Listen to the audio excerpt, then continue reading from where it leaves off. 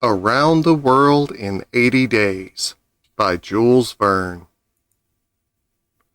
Chapter 13, in which Passepartout receives a new proof that fortune favors the brave. The project was a bold one, full of difficulty, perhaps impracticable. Mr. Fogg was going to risk life, or at least liberty, and therefore the success of his tour. But he did not hesitate, and he found in Sir Francis Cromarty an enthusiastic ally. As for Passepartout, he was ready for anything that might be proposed. His master's idea charmed him. He perceived a heart, a soul under that icy exterior. He began to love Phileas Fogg. There remained the guide. What course would he adopt? Would he not take part with the Indians? In default of his assistance, it was necessary to be assured of his neutrality. Sir Francis frankly put the question to him. "Officers," replied the guide, "I am a Parsee, and this woman is a Parsee. Command me as you will." "Excellent," said Mr. Fogg. "However," resumed the guide, "it is certain not only that we shall risk our lives, but horrible tortures, if we are taken." "That is foreseen," replied Mr. Fogg. "I think we must wait till night before acting." "I think so," said the guide. The worthy Indian then gave some account of the victim, who, he said, was a celebrated beauty of the Parsee race, and the daughter of a wealthy Bombay merchant. She had received a thoroughly English education in that city, and, from her manners and intelligence, would be thought an European. Her name was Aouda. Left an orphan, she was married against her will to the old Rajah of Bundelakund, and, knowing the fate that awaited her, she escaped, was retaken, and devoted by the Rajah's relatives, who had an interest in her death, to the sacrifice from which it seemed she could not escape. The Parsee's narrative only confirmed Mr. Fogg and his companions in their generous design. It was decided that the guide should direct the elephant towards the pagoda of Pillaji, which he accordingly approached as quickly as possible. They halted, half an hour afterwards, in a copse some 500 feet from the pagoda, where they were well concealed, but they could hear the groans and cries of the fakirs distinctly. They then discussed the means of getting at the victim. The guide was familiar with the pagoda of Pillaji, in which, as he declared, the young woman was imprisoned.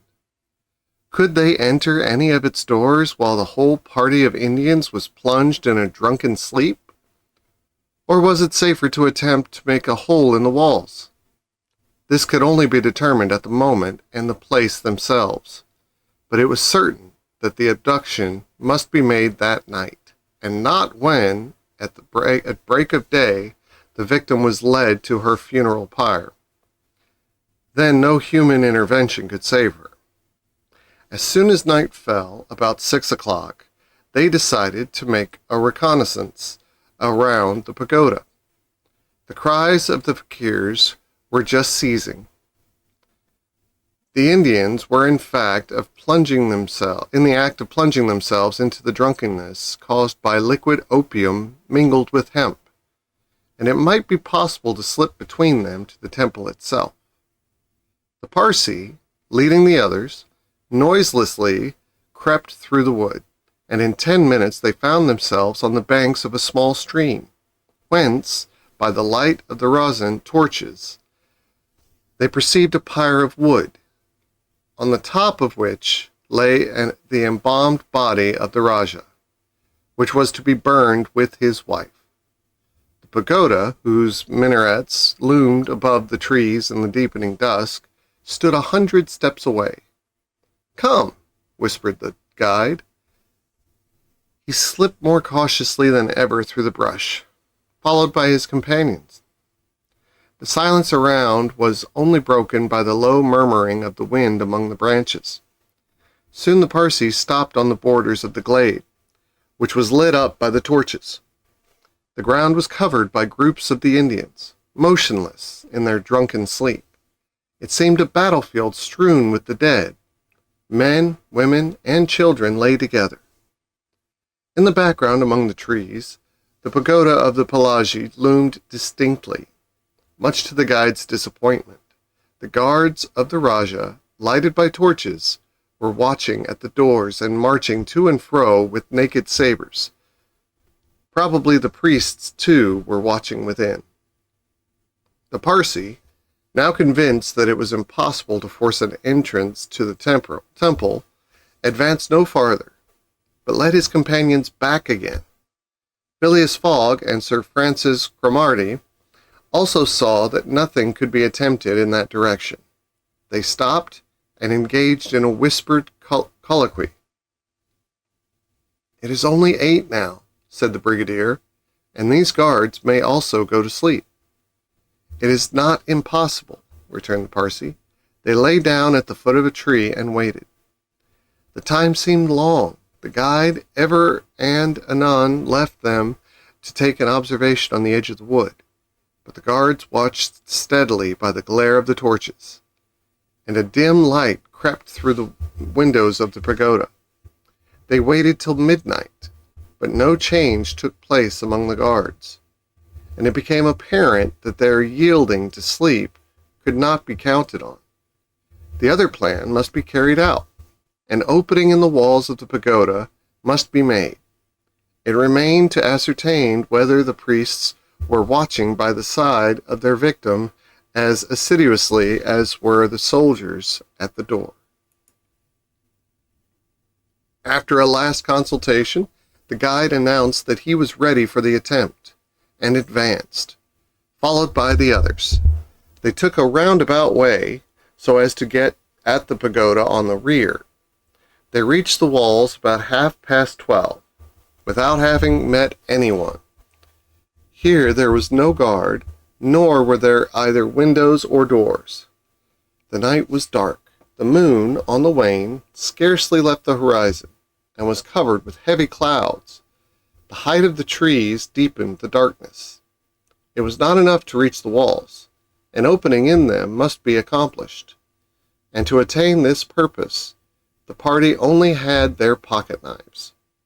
Happily, the temple walls were built of brick and wood, which could be penetrated with little difficulty. After one brick had been taken out, the rest would yield easily.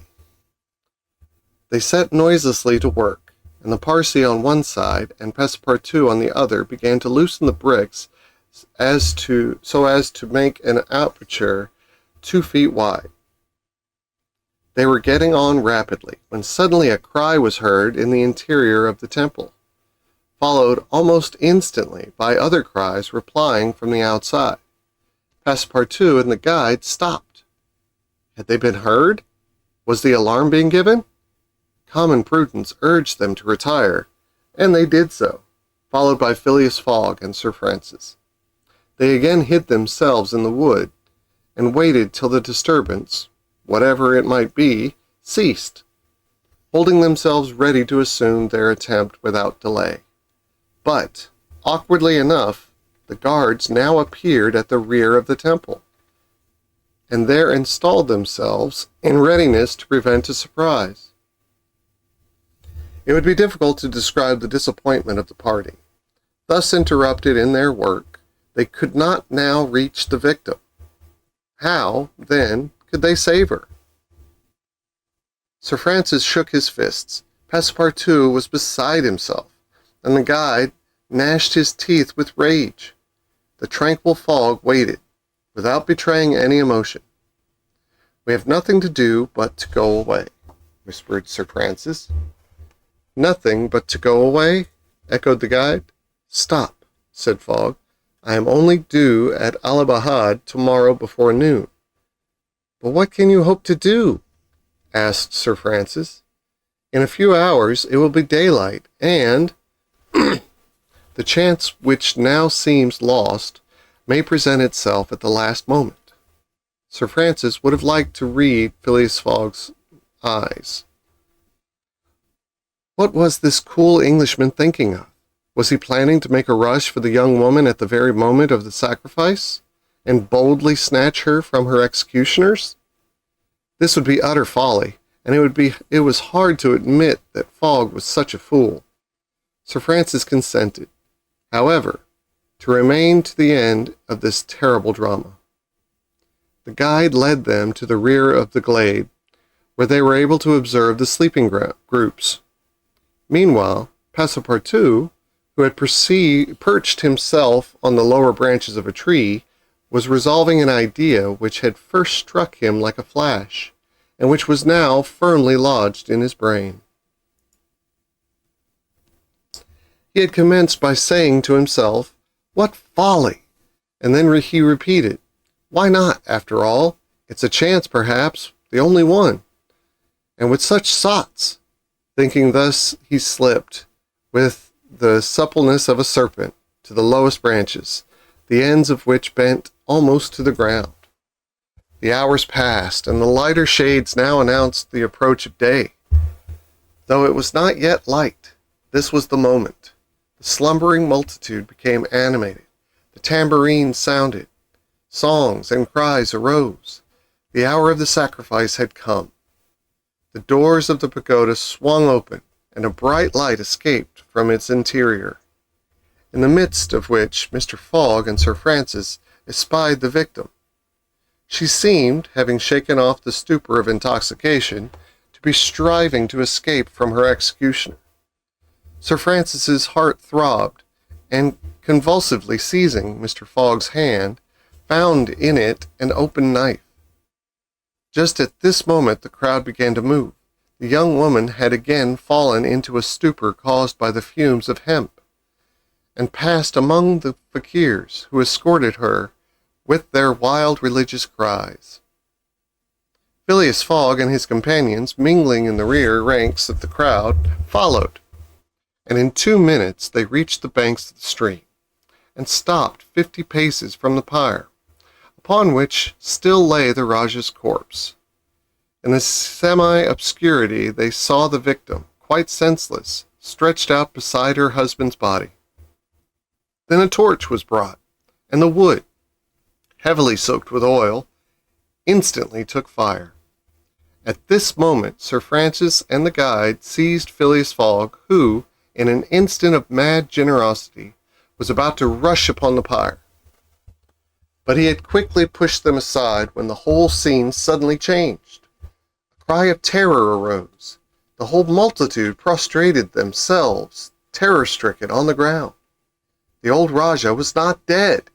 Then, since he rose of a sudden, like a spectre, took up his wife in his arms, and descended from the pyre in the midst of the clouds of smoke, which only heightened his ghostly appearance. Fakirs and soldiers and priests, seized with instant terror, lay there, with their faces on the ground, not daring to lift their eyes and behold such a prodigy.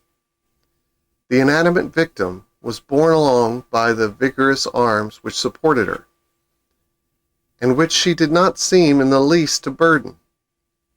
Mr. Fogg and Sir Francis stood erect.